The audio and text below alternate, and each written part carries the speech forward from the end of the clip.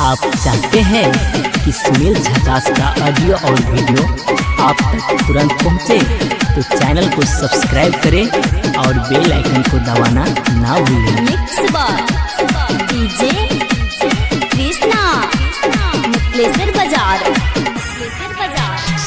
नथिया लेबो झुमका लेबो तब तोहरा रे चुम्मा देबो। हाँ नथिया लेबो झुमका लेबो तब तोहरा रे चुम्मा देबो। नहीं तो हमरा देह में टच नहीं करहे तुआ। नथियो देबो झुमको देबो तब तोहरा के चुम्मा लेबो चुम्मा लेबो चुम्मा लेबो। नथियो देबो झुमको देबो तब तोहरा के चुम्मा लेबो। नहीं तो तोहरा ते हमें टच नहीं करबो के आए। नथियो देबो झुमको देबो तब तोहरा के चुम्मा लेबो तब देबी ना। चल हट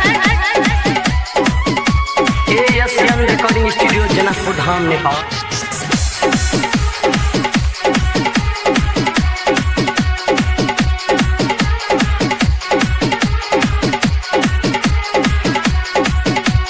मिक्स बार डीजे कृष्णा मुक्लेश्वर बाजार।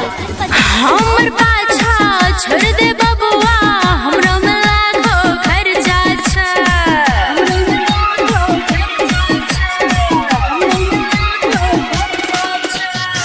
हमर पाछा छोड़ दे बबुआ हमरो में लाखो खर्चा छ।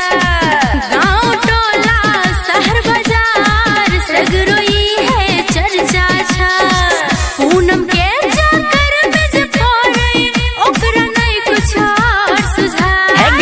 नथिया देबो झुमका देबो तब तोहरा के चुम्मा लेबो।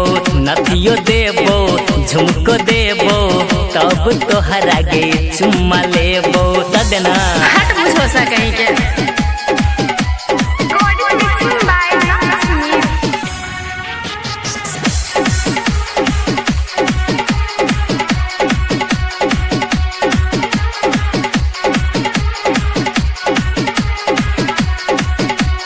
मिक्स बार डीजे कृष्णा मुक्लेश्वर बाजार।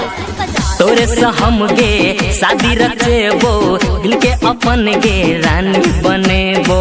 दिल के अपन गे रानी बनेबो अपन गे रानी बनेबो। तोरे से हम गे शादी रचेबो दिल के अपन गे रानी बनेबो। सुनील झकास के बात जमाने उ तमाला माल हो जाए उ तमाला माल हो जाए तमाला माल हो जाए। नथिया लेबो झुमका लेबो तब तोहरा रे चुम्मा देबो।